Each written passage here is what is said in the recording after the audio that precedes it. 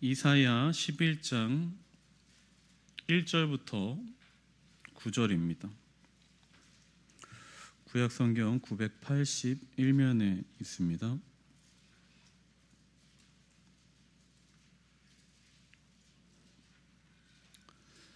이사야 11장 1절부터 9절 우리 교독해서 읽겠습니다. 이새의 줄기에서 한 싹이 나며 그 뿌리에서 한 가지가 나서 결실할 것이요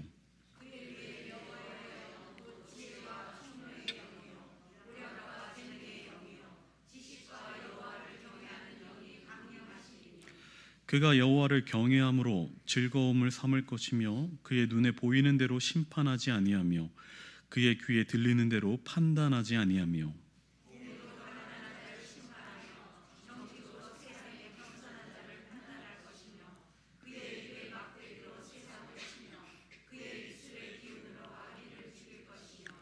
공의로 그의 허리띠를 삼으며 성실로 그의 몸에 띠를 삼으리라.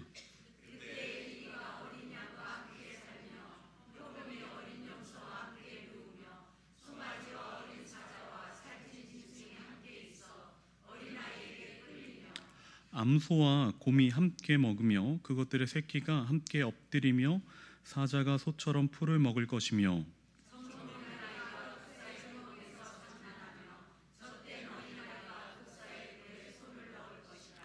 내 거룩한 산 모든 곳에서 해됨도 없고 상함도 없을 것이니 이는 물이 바다 덮음같이 여호와를 아는 지식이 세상에 충만할 것임이니라.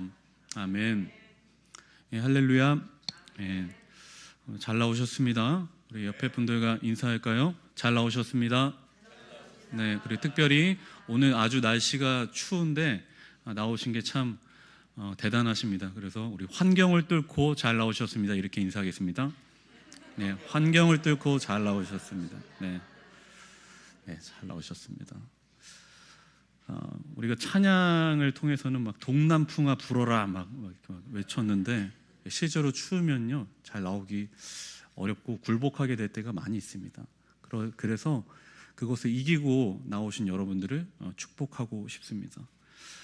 그리고 하나님께서는 특별히 우리의 뭔가 능력이 발휘됨에 통하여서 기뻐하지 말고 우리의 이름이 하나님의 나라에 이름이 새겨졌다라는 것을 기뻐하라고 말씀하시지 않았습니까? 그러니까 오늘도 이 예배를 통해서 우리의 이름이 더 선명하게 쓰여질 줄로 믿습니다. 네. 우리가 살고 있는 시대는요 성경의 시대 배경과 너무나도 다릅니다. 너무 달라져서요 점점점 이게 설명을 해야 될 것들이 많게 된다라는 것, 많아진다라는 것을 이렇게 느끼게 됩니다. 여러분 혹시 그 전화 받는 그 뭐랄까요 제스처를 취해보세요라고 하면 어떻게 하시겠어요? 전화 받는다. 네? 이렇게 하죠, 그죠? 보통 이렇게 하잖아요. 근데 요즘 아이들한테 전화 받아봐 그러면 이렇게 한대요. 네, 왜일까요? 스마트폰으로 전화를 받아버릇해갖고 이렇게 받는다라는 거예요. 그러니까 우리가 만약에 우리 전화 뭐 흉내 내보자 그러면 이렇게 하면 걔네들이 이해를 못하겠죠, 그죠? 지금 또 늙은 사람 얘기하는 게 아니라요. 네, 그 모습이 다르다라는 것입니다.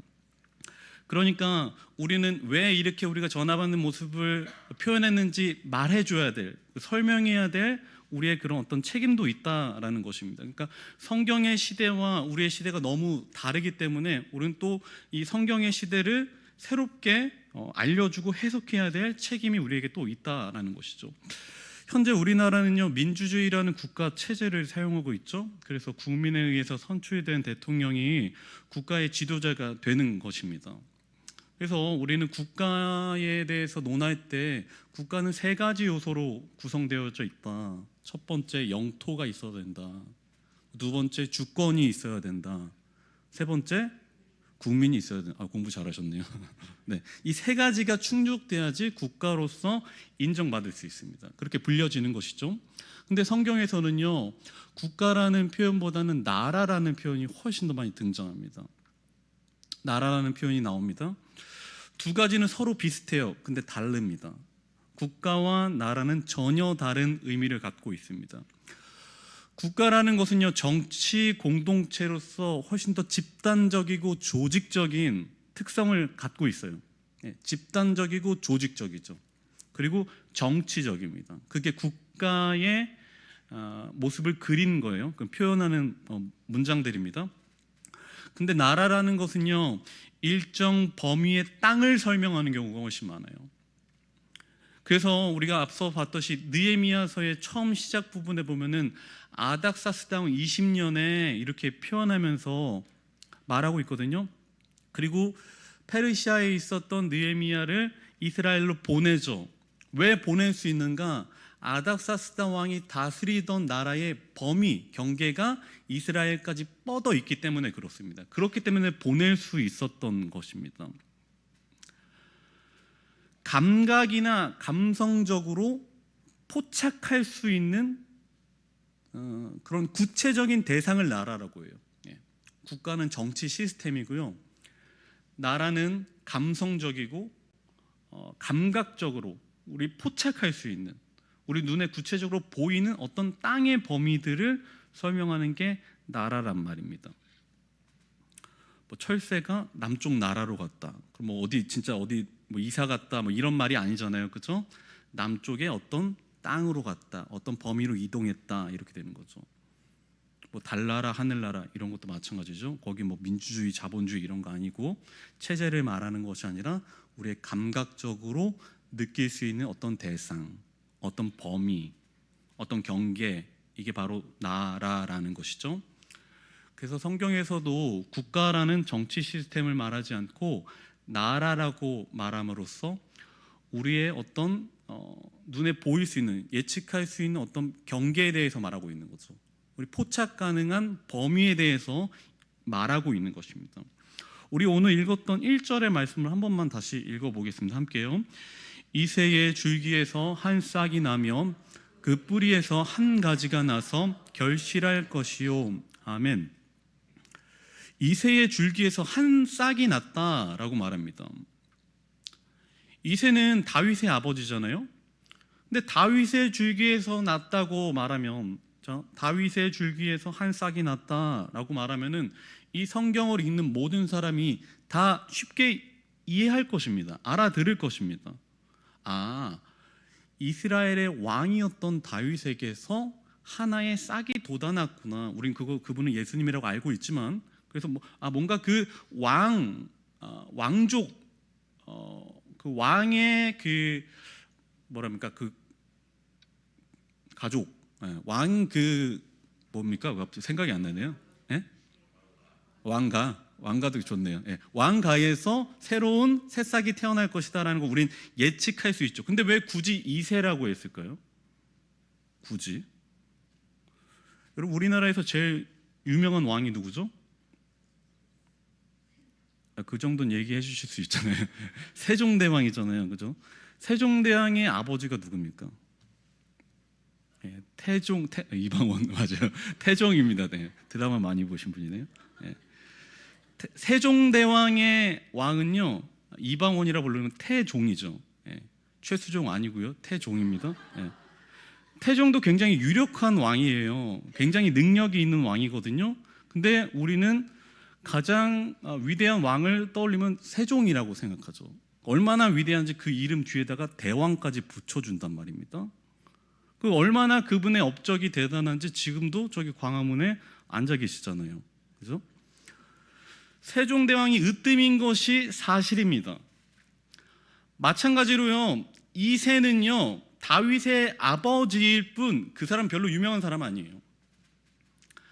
이스라엘 역사를 알아서 공부해서 배운 사람은 다윗의 아버지가 이새구나라고 알 수 있지만은 이새는 결코 다윗보다 유력하지 않습니다. 그럼 왜 이사야는 다윗의 줄기가 아니라 이새의 줄기라고 지금 말하고 있는가? 칼빈을 위시한 학자들은요, 이 표현 자체가 다윗의 집을 비하하는 표현이라고 해석을 합니다. 다윗은 이스라엘의 왕이죠. 그리고 가장 위대한 왕입니다. 근데 그의 아버지 이새는 베들레헴에서 양을 치던 목자에 불과하단 말이죠. 앞으로 태어나게 될 메시아가 그런 이름도 없는 이새라는 사람의 줄기에서 나온다라는 것은 앞으로 사람들이 메시아를 보고도 그분의 가치를 인식하지 못한다를 암시하는 문장입니다. 그러니까 이사야는 의도적으로 이새의 줄기에서 싹이 태어난다고 말하면서 앞으로 그 사람들이 실제 메시아를 우리 눈으로 본다 하더라도 그분의 권위, 그분의 가치를 인식하지 못할 것이다 라고 지금 예언하고 있는 것입니다. 우리 이사야서 9장 6절도 한번 읽어볼 텐데요. 9장 6절 함께 읽어볼게요.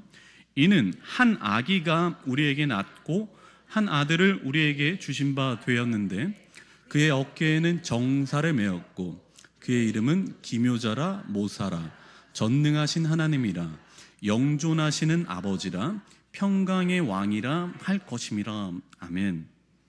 이사야는 앞으로 오게 될 메시아에 대해서 또 다른 표현을 했었는데 그분은 한 아기다 이렇게 말합니다. 이름이 없어요. 한 아기입니다. 이름도 없이 표현하고 있다라는 것은 일부러 지금 의도적으로 그분의 존재를 감추고 있는 거예요. 다 드러나 보지 않도록 스며시 감추고 있는 거죠. 그 아기, 한 아기가 태어났다. 자, 근데 그 태어난 아기를 이렇게 표현하고 있네요. 2절 한번 읽어볼까요? 11장 2절이요. 그의 위에 여호와의 영, 곧 지혜와 총명의 영이요 모략과 재능의 영이요 지식과 여호와를 경외하는 영이 강림하시리니. 아멘. 그렇죠?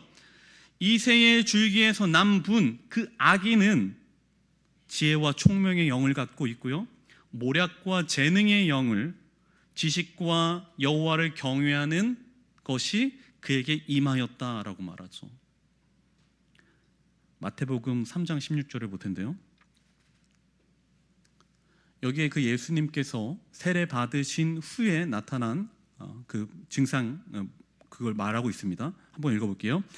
예수께서 세례를 받으시고 곧 물에서 올라오실 때 하늘이 열리고 하나님의 성령이 비둘기같이 내려 자기 위에 임하심을 보시더니. 아멘.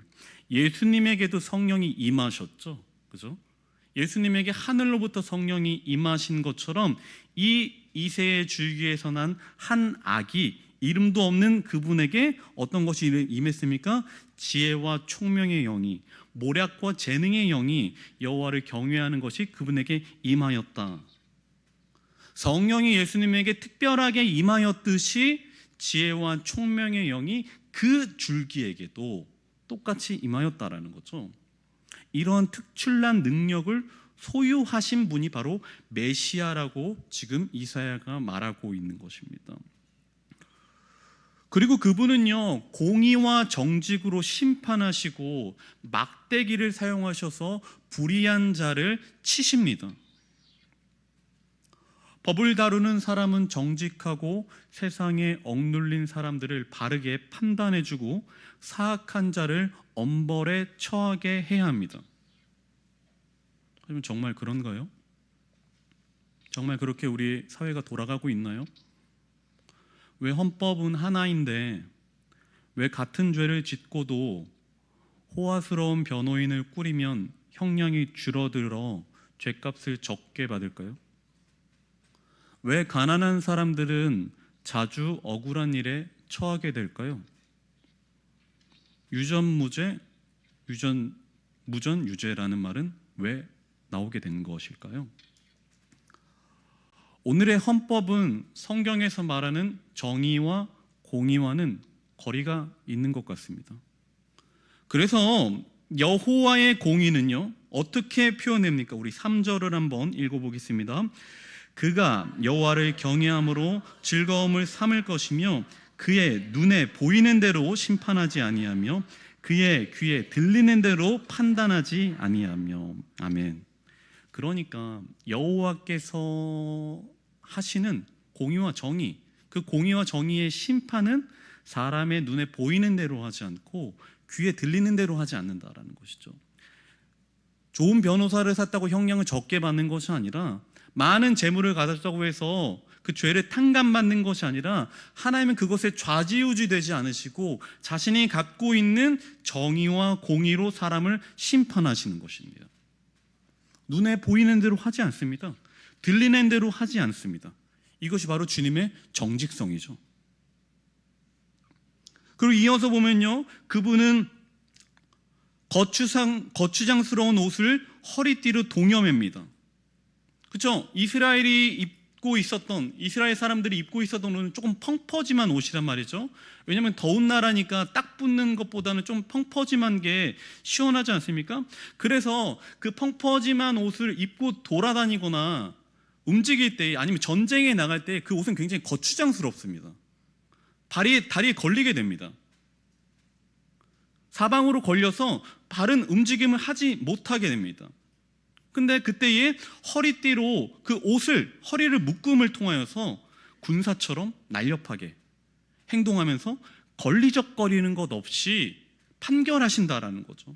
그러니까 좌로나 우로나 치우치지 않고 하나님이 지금 아주 공의롭게, 정의롭게 판결하시는 것입니다. 거추장스러운 옷을 동여매는 거죠.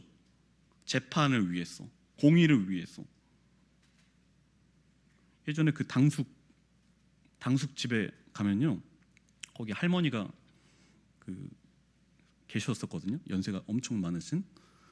그래서 그 며느리 되시는 그 숙모는요, 항상 그 한복을 입고 생활을 하셨어요. 얼마나 불편할까요? 저는 어쩌다가 명절 때 가서 보는 건데 얼마나 그 옷이 거추장스러운지. 근데 딱 그분이 이제 인사할 때는 한복 딱 입고 있다가 이제 음식을 하기 시작하면 어떻게 합니까? 끈으로 착 묶고 팔도 이렇게 착 묶어가지고 딱 그걸 보고 제가 딱 이 말씀이 이해가 됐어요. 이 거추장스러운 것을 허리띠로 딱 동여맸을 때 그 움직임이 마치 군사처럼 막 이렇게 활발하게 움직일 수 있구나. 여러분 편한 줄 아십시오. 특히 허리띠라는 것은 뭡니까? 몸의 중앙을 차지하고 있는 거죠. 세로로 보든지 가로로 보든지 몸의 중앙을 차지하고 몸을 단단히 붙들어 매는 것이죠. 그렇기 때문에 주님은 자신의 몸을 허리띠로 매셨다라는 것입니다. 우리 6절도 함께 읽어보겠습니다. 그때에 이리가 어린 양과 함께 살며 표범이 어린 염소와 함께 누우며 송아지와 어린 사자가 살찐 짐승이 함께 있어 어린 아이에게 끌리며. 아멘. 그때에 우리 앞서서 보았던 지혜의 영, 총명의 영을 소유하신 공의롭고 정의로우신 심판주가 다스리시는 그때에 일이, 그러니까 늑대가 양과 함께 살고 표범이 염소와 그리고 사자가 송아지와 함께 있다라고 지금 말하고 있는데요, 늑대는요 초원에 살면서 그가 가장 많이 사냥하는 동물이 양입니다. 늑대는 소를 잡기에는 적합하지 않죠. 소는 자기보다 덩치가 훨씬 크기 때문에 이렇게 주로 사냥하기에는 굉장히 어려운 동물이죠. 그럼 늑대가 제일 사냥하기 좋은 동물이 뭐냐? 양입니다. 토끼는 또 너무 빨라요. 그래서 잡지 못하고 양을 주 먹이로 삼고 있습니다. 표범은 어떤가요? 표범은 늑대보다 조금 더 개체가 크거든요. 한 20cm 정도. 근데 그 표범은 염소를 자신의 주 먹이로 삼고 있죠. 사자는 좀 더 크잖아요. 그럼 사자의 먹이는 무엇이 됩니까? 소가 되는 것이죠. 재밌는 것이 지금 마치 그 초식동물과 육식동물을 천적끼리 묶어놨단 말이죠. 늑대가 양을, 표범이 염소를, 사자가 송아지를 사냥하는 그런 뭔가 이 천적끼리 묶어놨습니다. 일반적인 세상은요 약육강식의 원리로 작동이 됩니다. 그러나 이사야가 지금 말하고 있는 나라에는 동물이 동물을 사냥하지 않는 평화로운 나라로 설명을 하고 있습니다. 육식동물의 식성이 바뀌어서 초식동물로 바뀝니다. 그렇죠? 그 7절 후반에도 보면은 사자가 소처럼 풀을 먹는다라고 되어 있습니다. 그러니까 앞에 말하는 건 암소와 곰이 함께 먹는다라는 것은 암소가 갑자기 육식을 한다라는 게 아니라 곰도 암소가 먹는 것처럼 초식을 하고 있다라는 것이죠. 그걸 지금 이야기해주고 있는 것입니다. 마치 육식 동물은 이 땅에 살고 있는 압제자들을 말하는 것 같아요. 사악한 인간 압제자들을 말하는 것이고요. 초식 동물은 희생당하는 무기력한 보통 사람을 이야기하고 있는 것으로 보입니다. 그러니 이사야가 선포하고 있는 이 새로운 나라는 권력이 시민을 압제하지 못하는 체제를 갖고 있는 나라인 것이죠. 그와 동시에 연약한 어린아이가 그들을 이끕니다. 우리 그 6절의 후반부만 한번 읽어볼까요? 어린 사자와 살찐 짐승이, 거기서부터 읽을게요. 어린 사자와 살찐 짐승이 함께 있어 어린아이에게 끌리며, 아멘. 네. 어린아이에게 끌리고 있단 말입니다. 갑자기 어린아이가 나와서 그 동물들을 다스리고 있습니다. 우리 창세기 1장 28절 말씀을 함께 볼까요? 함께 읽게요. 하나님이 그들에게 복을 주시며 하나님이 그들에게 이르시되 생육하고 번성하여 땅에 충만하라. 땅을 정복하라. 바다의 물고기와 하늘의 새와 땅에 움직이는 모든 생물을 다스리라 하시리라. 아멘. 그렇죠? 주님께서는 우리에게 뭘 말씀하십니까? 땅에 있는 모든 생물을 다스리라고 말씀하고 계시죠. 하나님이 인간에게 명령하신 바가 지금 다시 회복되어지고 있는 것입니다. 창조 명령이라는 것은요, 인간이 동물을 다스리는 것이지 동물이 주인 되는 시스템이 아니거든요. 동물이 주인이 되어갖고 주인 노릇하는 세상이 아니라는 것입니다. 길에 돌아다니는 여러분 유모차 보세요. 거기 누가 타 있나 보니까 누가 타 있어요? 개가, 와, 개가 있어. 개모차죠, 개모차. 고양이 키우는 사람들은 자신을 스스로 집사라고 칭합니다. 권사는 못 되죠, 그 사람들이. 때로는 동물이 사람보다 우선시 된다라고 느끼는 제가 너무 기호를 갖고 있는 것일까요?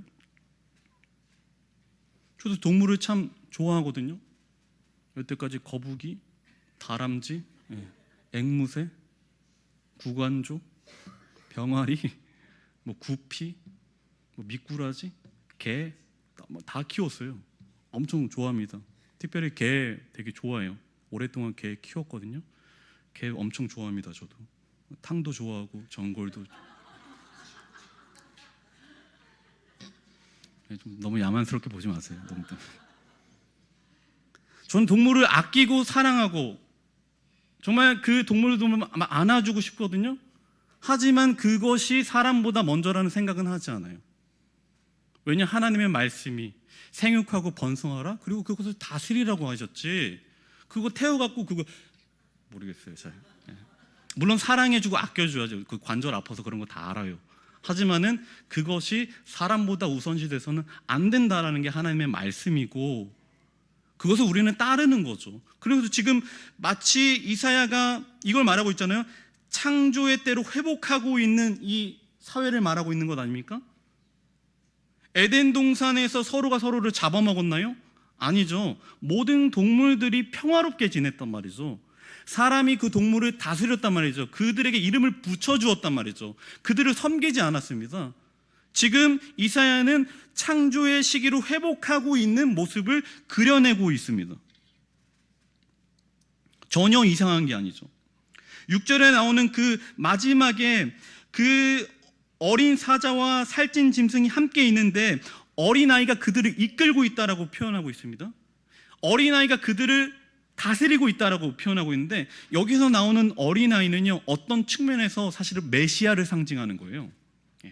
앞으로 오시게 될 메시아, 그분은 어린아이처럼 연약하면서 동시에 죄를 알지 못하는 순수한 분으로, 그리고 육식동물과 초식동물이 한데 어우러진 그 새로운 땅, 거기에 지도자로서 가장 적합한 모습을 갖고 있는 분인 바로 어린아이처럼 표현되고 있는 메시아를 말하는 것입니다. 암소와 곰이 어떻게 같은 풀을 뜯을까요? 사자가 왜 날카로운 송곳니로 풀을 먹을까요? 이거 굉장히 이상한 나라죠. 이상한 나라 아닙니까? 왜 사자가 송곳니로 풀을 뜯어먹는단 말입니까? 왜 곰이 암소가 먹고 있는 음식을 같이 먹는단 말입니까? 이상한 나라죠. 불가능할 것 같은 일이 마치 실제로 일어나는 것처럼 지금 우리에게 보여주고 있어요. 이미지를 막 제공하고 있단 말입니다. 심지어 젖 먹는 아기가 독사의 굴에다가 손을 넣는다. 이 기겁할 일이죠.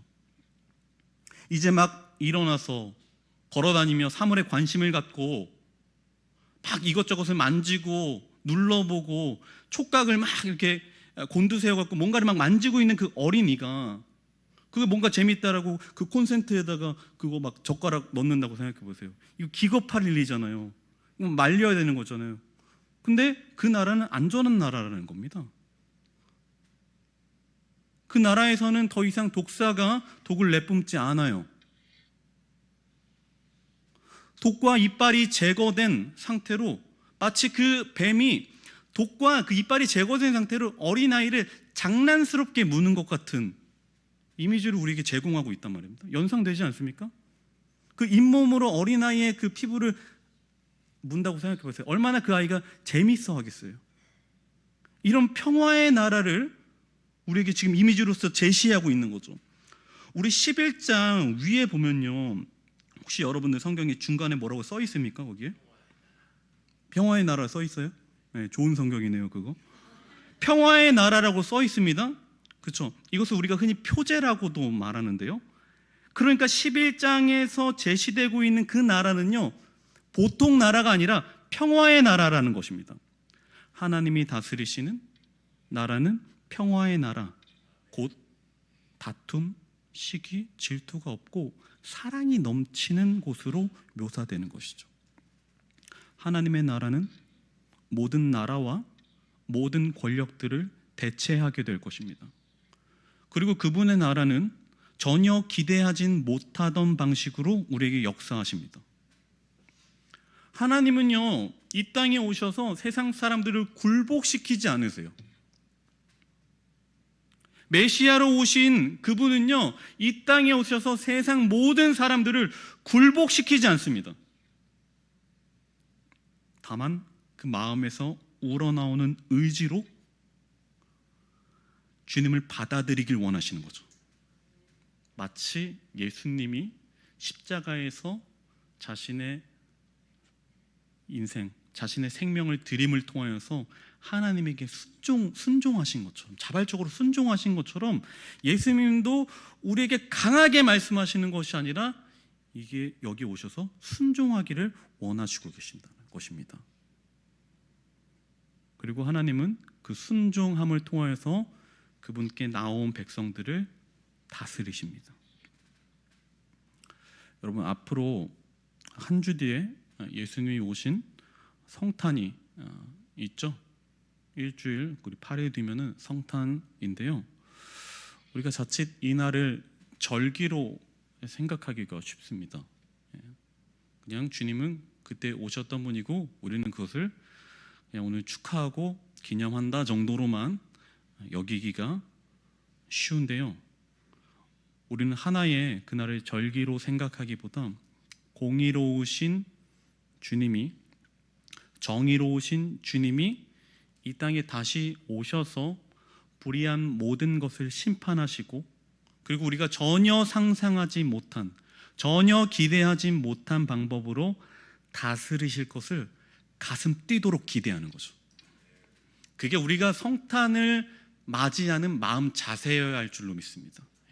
주님이 그걸 원하시는 거거든요. 순종함을 통하여서 주 앞에 나오는 자들, 주님의 권력이 무서워서 그 앞에 무릎 꿇는 것을 기대하시는 것이 아니라 순종함을 통하여서 주 앞에 나와서 정말 오늘도 그 주님께서 다스리실 그 평화의 나라를 기대하며 그곳에서 완전하게 실현될 하나님의 정의의 나라, 공의의 나라, 평화의 나라가 완성될 것을 정말 가슴 뛰도록 기대하면서 그분의 나라를 우리에게 선물로 주실 것을 기다리는 저와 여러분들이 되기를 소망합니다.